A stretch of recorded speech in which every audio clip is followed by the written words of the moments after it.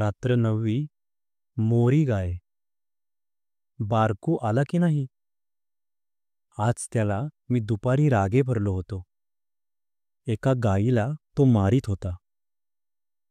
गाय दुसऱ्याची असली तरी ती देवता आहे.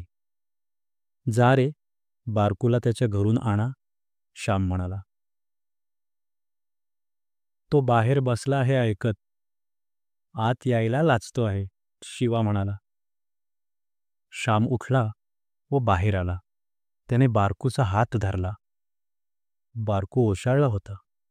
तो हातातून निसटून जाण्यासाठी धडपडत होता. श्याम त्याला म्हणाला, बारकू, तू मला आवडतोस म्हणून तुला मी रागे भरलो. माझा इतका का तुला राग आला? मी तुझ्या भावासारखाच आहे.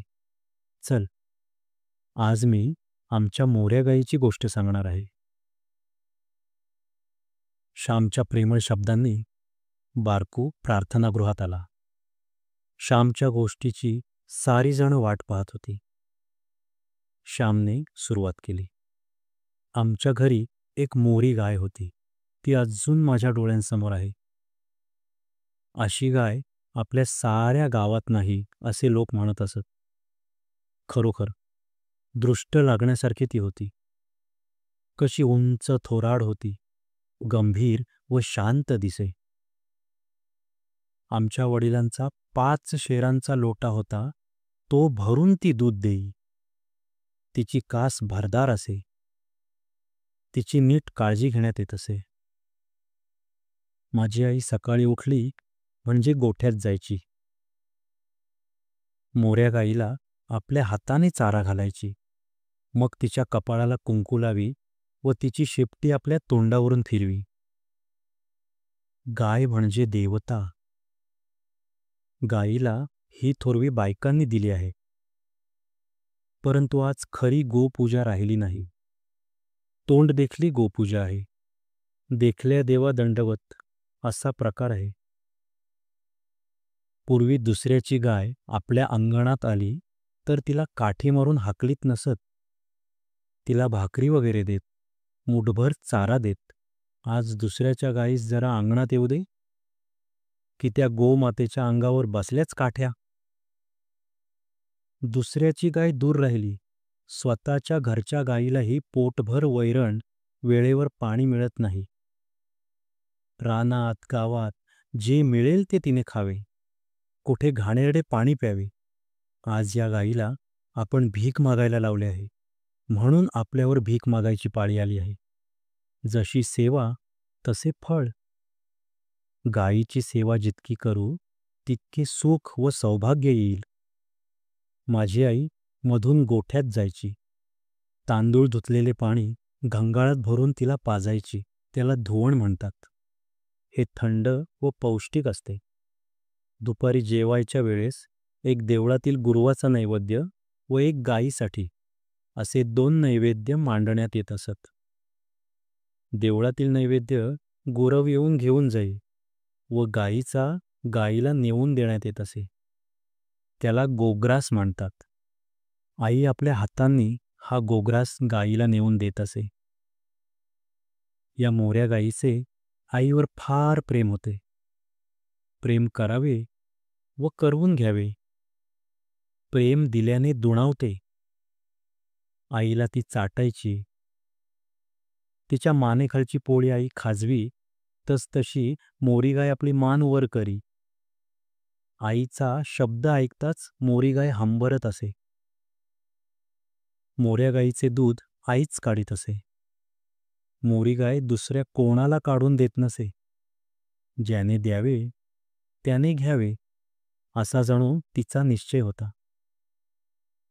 दुसरे कोणी जर तिच्या कासेखाली बसले तर ती त्यास हुंगून पाही. गंधेन गावहा पश्यन्ति. गायी वासाने ओळखतात. तिच्या कासेला हात लागताच हा हात कोणाचा हे तिला कळत असे. आईशिवाय दुसरा कोणी बसताच ती लाथ मारी. ती गाय स्वत्ववती होती, सत्यवती होती, अभिमानी होती. प्रेम न करणाऱ्याला ती लाथ मारी. "पाप्या, माझ्या कासेला तू हात लावू नकोस. माझ्या कासेला हात लावण्यासाठी माझा प्रेमळ वत्स होऊन घे," असे जणू ती सांगत असे. ती मोरी गाय भाग्यवान होती असे आम्ही समजत असू. जणू आमच्या घराची ती शोभाच होती. आमच्या घराची देवता होती. आमच्या घरातील प्रेम व पावित्र्य, स्नेह व सौंदर्य यांची जणू ती मूर्ती होती. परंतु पायलाग म्हणून भयंकर रोग आला. या रोगाने कोकणात फार ढोरे मरतात. पटापट पाय आपटून गुरे मरतात. पायाला क्षते पडतात व त्यात किडे होतात. 1-2 दिवसात ढोर मरते. मोऱ्या गाईला पायलाग झाला. पुष्कळ उपचार केले, परंतु गाय बरी झाली नाही. एका काडीसही ती शिवेना. मान टाकून पडली होती. आम्ही घरात जपही केले, परंतु आमची पुण्याई संपली होती. मोरी गाय आम्हास सोडून गेली. मोरी गाय गेली त्या दिवशी आई जेवली नाही. आम्ही सारे जेवलो. आईला किती वाईट वाटले ते मी कसे सांगू. जो प्रेम करतो त्यालाच प्रेम वस्तू गेल्याचे दुःख कळते. इतरांस काय समज. मोरी गाय जिथे मेली त्या जागेवर आई पुढे काही दिवस हळद कुंकू व फुले वाहत असे. कधी कधी बोलताना आई म्हणे, मोरी गाय गेली, आमच्या घराण्याचे भाग्यही गेले. त्या दिवसापासून घरात भांडणतंटे सुरू झाले.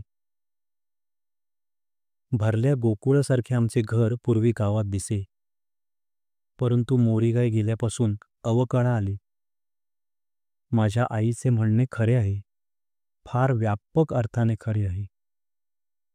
ज्या दिवसापासून भारत मातेची मोरी गाय गेली, ज्या दिवसापासून गायीला भारतीय लोकांनी दूर केले, तिची हेळसांड केली, त्या दिवसापासून दुःख, रोग, दारिद्र्य, दैन्य, दुष्काळ ही अधिकाधिक येऊ लागली.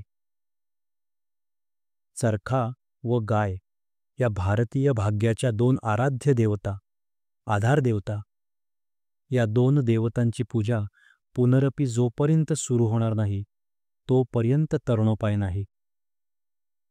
गाय रस्त्यात दिसली म्हणजे तिला उजवी घालून तिला नमस्कार करणे म्हणजे गोपूजा नव्हे. आपण दांभिक झालो आहोत.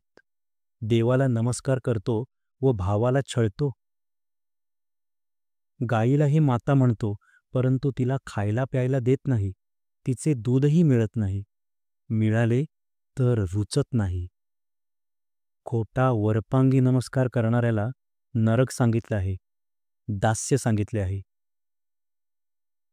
या पुस्तकातील पुढील कथा ऐकण्यासाठी सचिन धुमाळ म्युझिक या चॅनलला नक्की सबस्क्राईब करा आणि हे व्हिडिओज आपल्या मित्रांना, नातेवाईकांना नक्की शेअर करा, जेणेकरून त्यांनाही या गोड व मधुर कथांचा आनंद घेता येईल. धन्यवाद.